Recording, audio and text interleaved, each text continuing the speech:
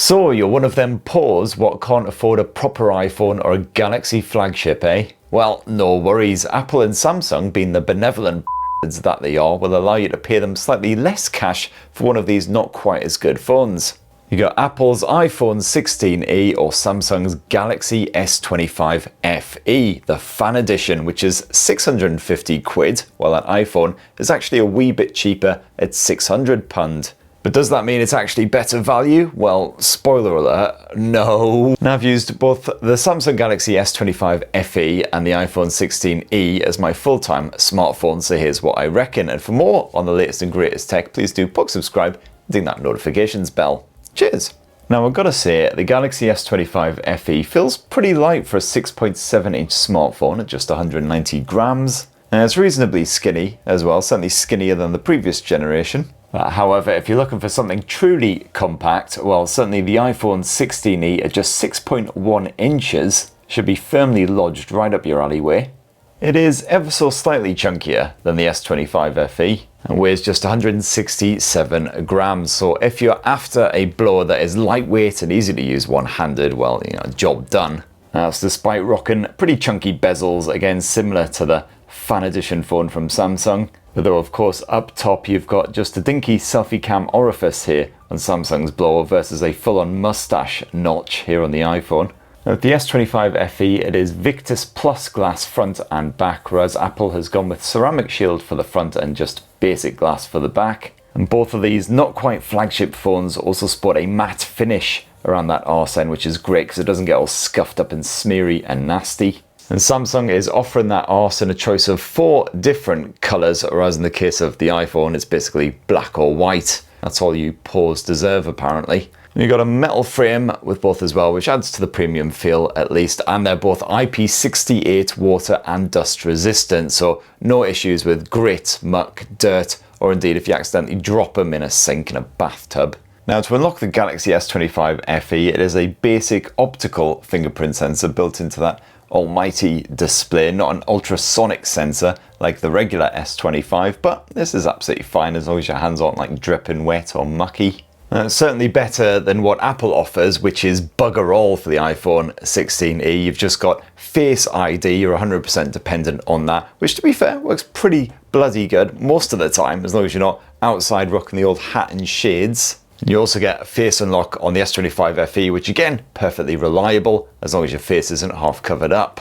And then once you're in, well, of course, on the Samsung Galaxy S25 FE, you've got Android 16 with Samsung's One UI version 8 slapped on top. No posh animation for that one. Whereas with the iPhone, it is naturally Apple's own iOS version 18. Now, of course, Samsung is promising 7 full years of OS upgrades and security patching for the Galaxy S25 FE. With the iPhone 16e, who knows, but Apple generally offers at least 5 years for these things. Now, on the storage front, both the Galaxy S25 FE and the iPhone 16e come with just 128 gigs of this stuff as standard, which frankly is balls. And frankly, when you can get far more affordable phones with at least double that storage as standard, there's just no excuse for it. At least you can double up on the Samsung for just 50 quid to 256 gigs, whereas Apple, of course, not quite as generous. If you want to double up the storage on the 16e, that's an extra £100, please. You'll be paying 700 quid for this bloody thing.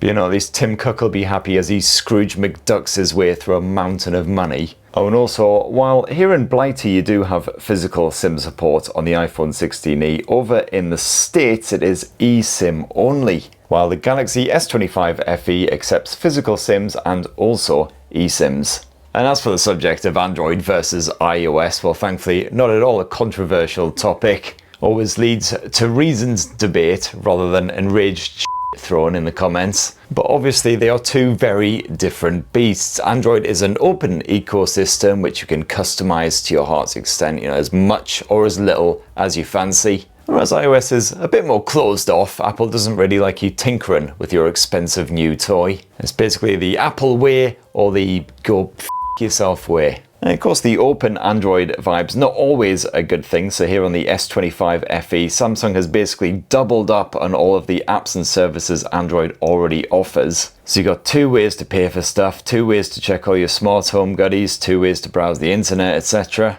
As for iOS, well, Apple's actually getting slightly better on the customization front, at least. However, the general iOS experience does feel rather outdated on the 16E. For one, there's absolutely bugger all always on display, while that old school notch up top means there's basically bugger all room for any notification icons, etc. But Apple has slapped its action button on the edge of the iPhone 16E, something you don't get on the S25 FE, which is a handy shortcuts button. You can hold this down to launch straight into the likes of the focus mode or silent mode. You can also fast load the camera, bit of voice memo action, bit of Shazam, which is pretty much everyone who I know who uses an iPhone uses good old Shazam. Now, as for AI, well, both Samsung and Apple offer up a bunch of AI tools, including summarization for web pages, translation, etc. And then, of course, here on the Galaxy S25 FE, you've got the standard Google AI shenanigans, including circle to search if you spot something you want to know more about it. And then you've got the likes of Gemini, who can tell you more about the world around you. That's the character Denji from Chainsaw Man. What's the history behind the character? Denji, the main character in Chainsaw Man, starts off as a young man who inherits a massive debt from his father. So as you can see, you can enjoy quite a natural, free-flowing conversation about absolutely anything that intrigues you. Whereas Apple offers up visual intelligence, which basically just allows you to perform a quick Google search for something, or ask ChatGPT about it. I'm not sure where the Apple part of the Apple intelligence comes into it exactly. As far as the actual smartphone assistants go, well, comparing Gemini to Siri is like comparing Gary Kasparov to Gary Neville. Anyway, I think I extensively covered Apple AI and how it's dumber than a sack of rocks in my full iPhone 16e review, so let's move swiftly on. So now let's have another squint at the hardware. And as far as the screen tech goes, well, you got a 6.7-inch dynamic AMOLED 2X display on the Galaxy S25 FE, and that's going up against a dinky 6.1-inch Super Retina XDR OLED panel on the iPhone. And honestly, these guys really do suck at naming screen tech. Now, the full screen experience is certainly less obstructed, I guess, on the Galaxy S25 FE. Got a proper full view of the action, and the more spacious panel means that movies and games are better served. You get similarly sharp visuals from both, nice and poppy and punchy as well, with strong contrast as well. You've got HDR10 plus streaming support on the S25 FE. That is also bolstered with Dolby Vision on the iPhone 16e. And if we boost the brightness levels all the way up to the maximum on both the Galaxy and the iPhone, they're both bright enough so you can see what's going on outdoors, even if it's quite a sunshiny day. You won't be running for shade. Probably noticed there the iPhone screen is ever so slightly warmer, especially when you tilt it away from your face. But for me, the big difference between this pair, besides the size of course, is the refresh rate. It maxes out at 120Hz on the Galaxy S25 FE and just 60Hz here on the iPhone 16e. So the everyday experience, lovely and smooth on the Galaxy S25 FE and rather sludgy, unfortunately, on the iPhone 16e. And both Apple and Samsung serve up a stereo speaker setup, so let's check them out. First up, the Galaxy with that volume maxed out. So this week we're peering into our shiny ball to see what Samsung has in store for us with the all-new and surprisingly different Galaxy S26 lineup. And then same again on the iPhone, again with that volume maxed out. So this week we're peering into our shiny ball to see what Samsung has in store for us with the all-new and surprisingly different Galaxy S26 lineup. So the iPhone 16e, not bad at all for such a dinky blower, reasonably loud and respectable bit of bass and everything in there as well. But of course the Galaxy S25 FE, because it's a larger smartphone, just has more to work with, so it is a louder audio output and also just a bit more beef. And now things are about to get frothy. Let's pull our geek pants on and chat chipsets. Now for the Galaxy S25 FE, Samsung has stuffed in its very own 4nm Exynos 2400 chipset with 10 CPU cores and the X-Clips 940 GPU. Now it's going up against the stripped down 3nm Apple A18 chipset with 6 CPU cores and of course Apple's very own A18 GPU. Now the everyday experience on both of these smartphones, as you would expect from something that's almost flagship priced, absolutely fine, although it does definitely feel smoother on the S25 FE. That's mostly just down to the fact it's got that 120Hz refresh rate display versus the 60Hz effort on the iPhone 16e. As for the gaming experience, well, that is also pretty bloody good on both of them as well, if not quite as strong as some similarly priced rivals like the Poco F7 Ultra will offer. I did see the occasional judder when gaming on more intensive open world games like Wuthering Waves or Genshin Impact with the graphics maxed out, and that's on both the S25 FE and the iPhone 16e. But we're only talking wee drops in the frame rate, still perfectly playable, and of course if you leave those games on the more medium graphics settings, absolutely no bother whatsoever. And of course you've got yourself a basic gaming mode here on the Galaxy S25 FE, offering a small selection of features. You can screenshot or record the action. You've got the likes of the block auto brightness, block Bixby, which is frankly recommended in general anyway, and you can pop up a secondary app on screen if you want to watch a YouTube walkthrough of something that you're stuck on in the game. You can also tweak that performance to boost it if you're playing something more demanding like Wuthering Waves, etc. Whereas here on the iPhone 16e, as usual, it's a pretty basic gaming mode in that literally it'll limit background activity so things run as smoothly as possible, and that's basically it.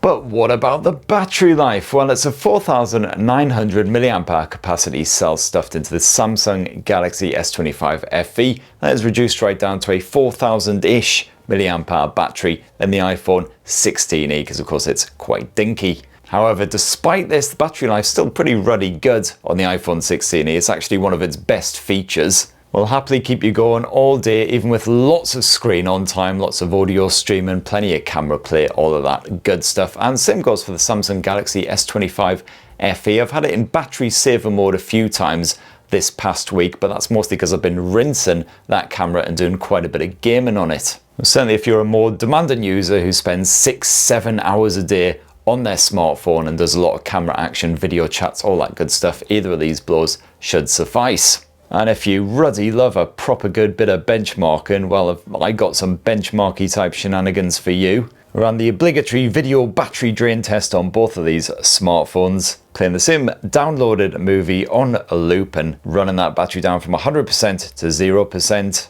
And both the iPhone and the Galaxy delivered pretty much bang on 19 hours of non-stop action. So if you're buggering off to Australia or something, well, no worries, you've got non-stop entertainment in your pants. Despite having a bigger battery, the Galaxy S25 FE does actually charge up faster than the iPhone as well, as you've got 45 watt charging support versus 20 watt on the iPhone. You've also got Qi 2 wireless charging support here on the Samsung smartphone. Sadly, there's no MagSafe capabilities here on the iPhone 16e because Apple stripped that out to save themselves a bit of extra cash, and it is slower again than the Samsung. And finally, before your Uncle Spurt buggers off for his mid-afternoon pint of whiskey, let's have a squint at that camera tech, and let's play a bit of spot the difference here. Got a few more lenses slapped on the Samsung there, but of course it's not all about quantity. Having 3 nipples, for instance, wouldn't necessarily be better than having just the one. You've got yourself a 50 megapixel main shooter here on the Galaxy S25 FE. It's an ISOCELL 1/1.56 inch sensor versus a 48 megapixel shooter here on the iPhone 16e using a 1/2.55 inch sensor. And both Apple and Samsung certainly share a mindset when it comes to photo processing, i.e. make it bright, bold, and don't really worry about keeping it true to life. Both the Galaxy S25 FE and the iPhone 16e can saturate colours at times quite blatantly, usually overcompensating when there's tricky contrast, while occasionally you'll find that those darker areas can be a wee bit noisy too. But of course, in softer light, the Galaxy S25 FE is usually the victor with its larger sensor, serving up less grain and more accurate tones, while the iPhone occasionally struggles to focus and the night mode takes bloody ages to shoot a single pic. Both are perfectly fine for portrait, snaps. The Galaxy S25 FE certainly leans heavier into bokeh style effects in those default settings, although not always successfully. And while Apple loves to claim that its singular camera is like having multiple cameras in one, here on the Galaxy S25 FE you do actually have multiple cameras. So you got yourself a 12 megapixel ultra wide shooter, which is absolutely fine, quite handy if you want a more dramatic view of the action. Then Samsung also delivers an 8 meg telephoto shooter with 3 times optical zoom. And to be honest, this is pretty hopeless when it comes to low light situations, often coughing up grainy, ugly, out of focus pics. Although even that is still an improvement over the arse excretions offered by the iPhone 16e with its mere digital zoom. Here on the iPhone 16e, you can record home movies at up to 4K resolution at 30 or 60 frames per second, whereas here on the Samsung Galaxy S25 FE, you can actually boost that resolution all the way up to 8K if that really floats your boat. You've got an 8K TV at home for whatever reason. I'm shooting this wee clip right here, 4K resolution at 60 frames per second on both phones, just to make it a fair comparison. You do have HDR smarts as well, even at 4K resolution at 60 frames per second if you're shooting a high dynamic range scene. And then around the front end of both the iPhone 16e and the Samsung Galaxy S25 FE, you've got yourself a 12 megapixel fixed focus selfie cam, which again can record your lovely mug at up to 4K resolution if you fancy it. And there you have it, my lovelies. That in a delicious wee nutshell is the iPhone 16e versus the Galaxy S25 FE, a couple of not quite flagship phones that cost a wee bit less than their more expensive siblings, while also trimming the specs and features somewhat. And yeah, the iPhone 16e, my opinion on that hasn't changed since I did my original review a few months ago. Still think it's one of the worst and most pointless smartphones of 2025. Samsung Galaxy S25 FE offers several upgrades over it, including of course in the camera department, the battery charging is faster, and certainly that more spacious display without the ridiculous old school notch up top. Better for your bit of movies, your gaming, whatever you're into. Of course, while the whole Android versus iOS debate is, it's all down to personal preference, basically, I think you'd struggle to argue that Apple offers a better AI-led experience compared with the Galaxy S25 FE. But at least the iPhone 16e is wonderfully compact, and the battery life on both these blows pretty bloody good too, along with plenty of years of software support. So which one would you rather have stashed in your shorts? Be great to your thoughts down in the comments below. Please do poke subscribe, ding that notifications bell, and have yourselves a ruddy, wonderful rest of the week. Cheers everybody, love you!